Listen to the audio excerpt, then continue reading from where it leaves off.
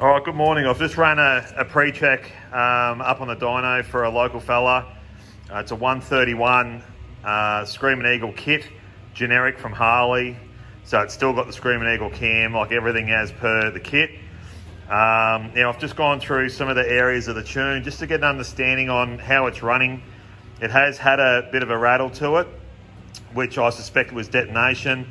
Now the front cylinder, the porcelain on the spark plug is lean, and also some fragmentation of detonation on it.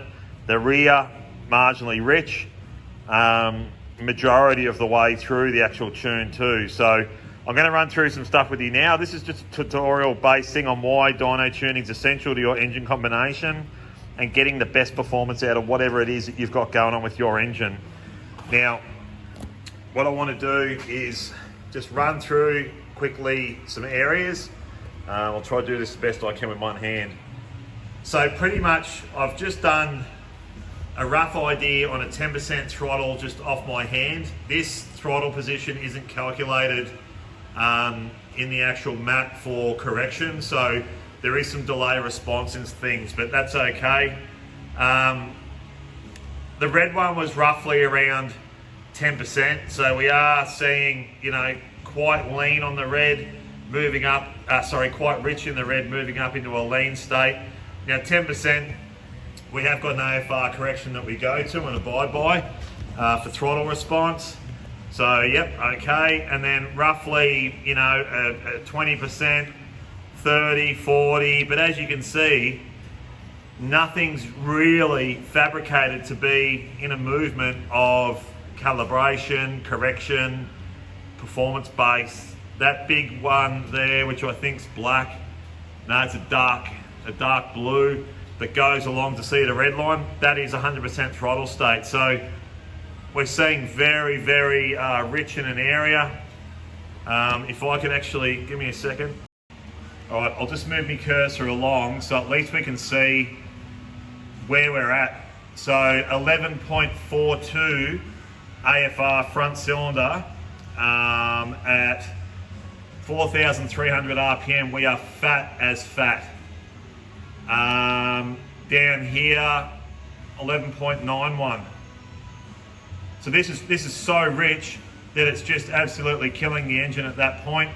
At the front, we're a bit squiggly, but still at 2,500, where we actually want to have some throttle response, you know, we're down to about 12.0 AFR.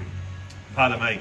We should be at 13.0 in that area. Now, if you look at the front, when we're sort of starting off, and this is hold and release obviously, but from what I can see there, it's roughly 12.5.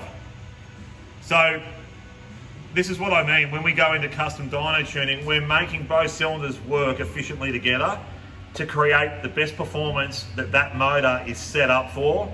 Air intake, exhaust, camshaft, compression, whatever it might be, that's where it's at. So what I'll do, just as a reference, is I'll pull this down. Give me a sec, sorry. So what I'll do is go, I'll take away our 100% throttle, because the thing is, that is just our dyno graph biz A for the end, which, you know, I don't really care about that. Roughly 40% throttle state. We're looking a little bit better, but it's not there. There's performance on the table, if that is a true 40%. 30% roughly, I've just had a gauge, but you know, like, look at where we are here at about 2,800, 2,900. We're up towards 16 AFR, which is lean. That front cylinder's copping a beating right there. If we had more fuel in there, we'd see a different power, you know, correction to it. Roughly 20%. So yet again, we're seeing all these dips and dives and ups and downs.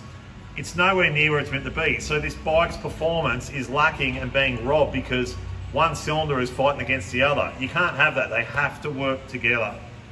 So just as a rule of thumb on this dyno, in this given moment, if I close that one, and then we're sort of back to where we want to be in a cruise state and sort of get onto it early. We have got a fair bit of fuel in here, and then we're leaning off, and we are leaning off above where we want to be, so we're seeing a lean state. Now, what I want to show you, which is just absolute junk to me, but people are going to go, how much horsepower did it make? Well, we'll have a look.